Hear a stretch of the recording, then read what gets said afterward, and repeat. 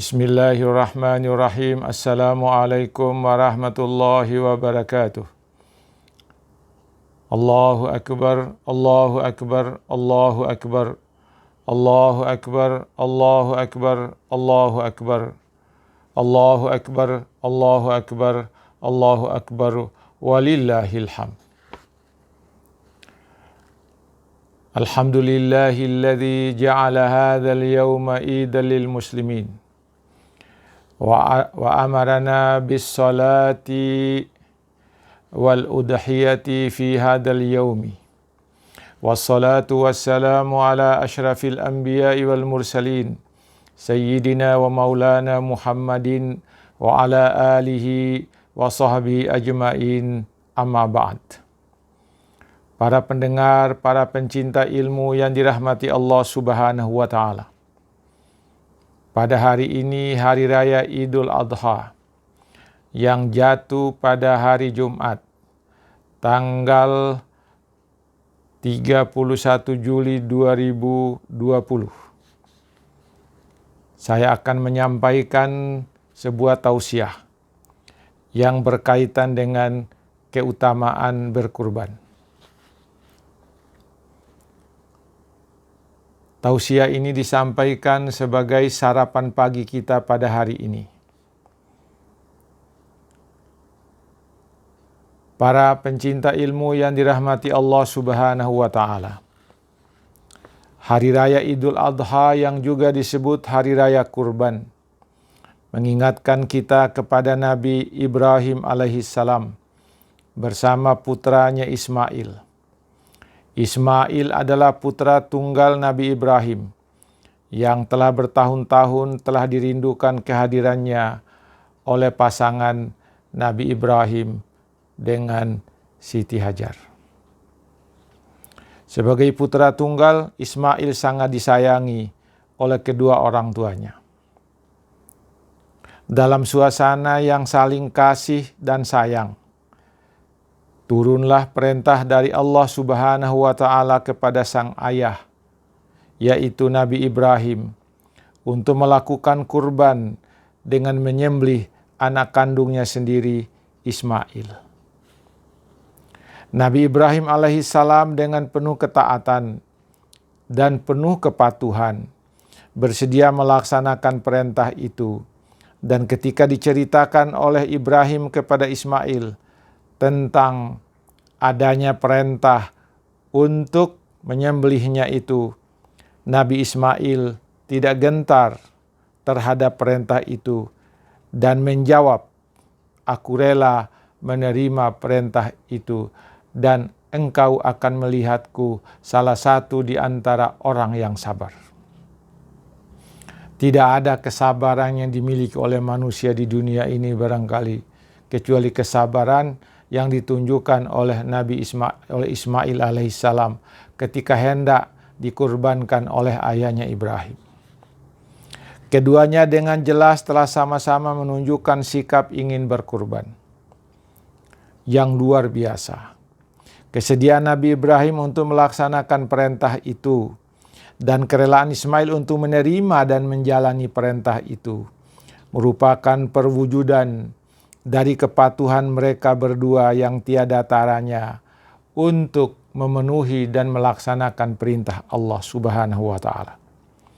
Kita tidak dapat membayangkan bagaimana kalau kita sendiri yang hanya mempunyai putra satu-satunya dan anak satu-satunya rela menyembelihnya dan rela memerintah perintah dari Allah untuk menjalankan, untuk menyembelih anaknya itu. Nabi Ibrahim dan putranya Ismail telah melaksanakan perintah itu dengan penuh ketaatan, penuh kerelaan, dan penuh kesabaran. Para pencinta ilmu yang dirahmati Allah Subhanahu wa taala. Pengorbanan yang dilakukan oleh kedua hamba Allah tersebut merupakan ujian dan pengorbanan yang amat besar yang tiada bandingannya dalam sejarah umat manusia. Belum pernah terjadi. Pengorbanan dan ujian seperti itu kiranya dapat kita jadikan dan dapat kita tanamkan dalam hati kita sebagai pelajaran yang berharga. Ibrahim saja mau mengorbankan anaknya. Kita tidak diminta mengorbankan anak kita, tapi hanya diminta berkurban hewan. Sebaliknya, alangkah kecilnya ujian dan pengorbanan kita yang harus mengorbankan sebagian dari apa yang kita miliki demi memenuhi perintah Allah Subhanahu wa Ta'ala dalam Idul Kurban itu. Pengorbanan yang dilakukan oleh Nabi Ibrahim dan Ismail patut kita teladani dan ikuti.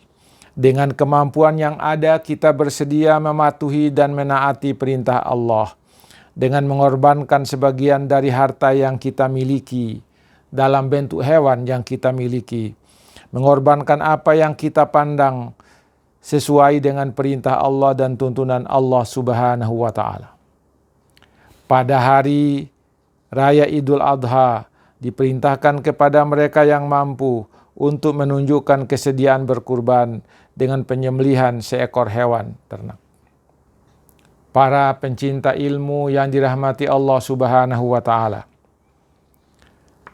Allah memerintahkan kepada Rasul-Nya Muhammadin sallallahu alaihi wasallam dan umatnya untuk melakukan kurban seperti perintah yang diberikan kepada Nabiullah Ibrahim.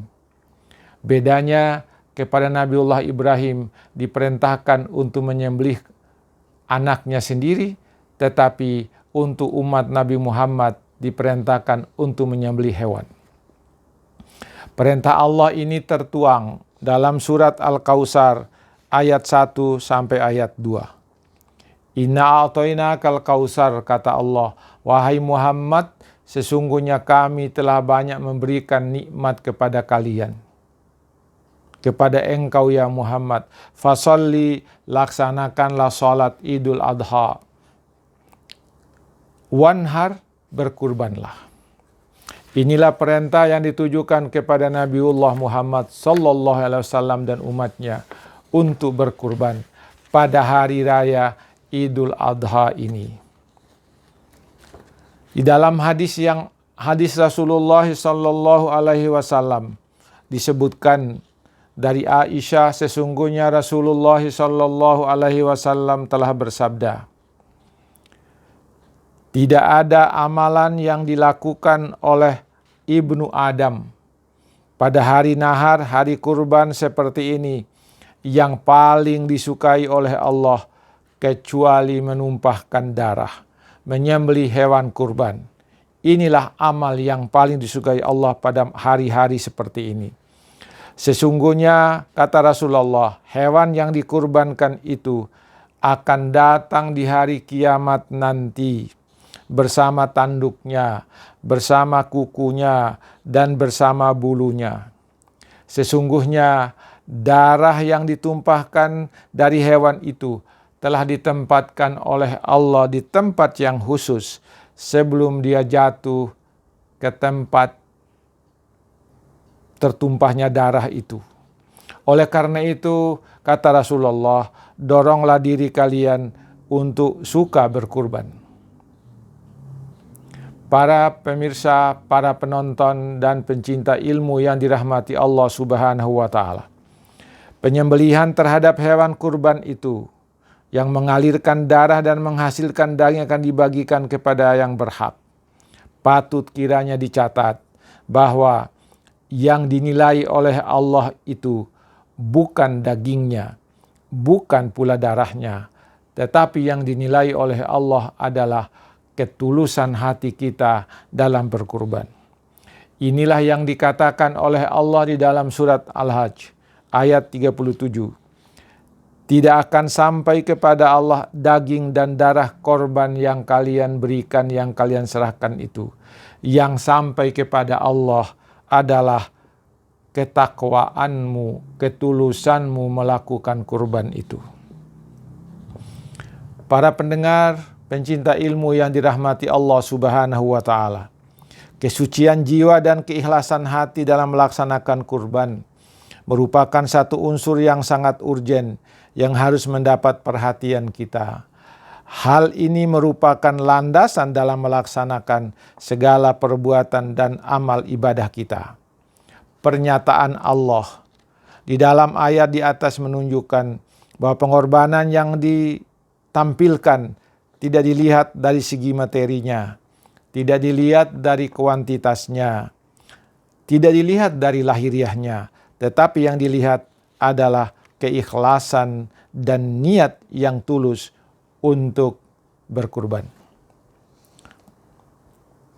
Agama kita menetapkan untuk menyembelih kurban binatang berupa hewan ternak, domba, kambing, kerbau, sapi, dan unta. Yang dikurbankan adalah binatang. Makna kurban terhadap binatang itu mengandung pengertian dan makna yang luas, yang setidak-tidaknya mengandung dua hal pokok, yaitu yang pertama, sebagai pertanda yang melambangkan bahwa sifat-sifat kebinatangan yang terdapat di dalam jiwa seseorang itu harus dikurbankan, harus disembelih. Yang kedua, sebagai perlambang bahwa jiwa dan perbuatan seseorang harus dilandasi dengan tauhid, iman, dan takwa. Para pencinta ilmu yang dirahmati Allah Subhanahu wa Ta'ala, tidak sulit kita melakukan kurban. Yang diminta untuk dikurbankan hanyalah hewan ternak, bukan apa. Karena itu begitu mudah yang kita lakukan untuk menunaikan perintah Allah berkurban itu. Marilah para pendengar, para penonton, kita berkurban seperti yang diperintahkan oleh Allah dan yang diperintahkan oleh Rasul-Nya itu, untuk mendapatkan pahala yang sangat besar. Karena itulah pada hari raya ini kita bersedekah daging, sementara pada hari raya Idul Fitri kita bersedekah besar beras. Karena itulah maka makna Idul Fitri adalah hari raya di mana orang merayakan kemenangan dalam ibadah puasa dengan cara bersedekah beras, makanan pokok, pada hari ini dengan cara bersedekah daging. Semoga ini menjadi tausiah yang bermanfaat buat kita, dan marilah kita melaksanakan perintah Rasul itu. Tidak susah, tidak berat yang kita kurbankan.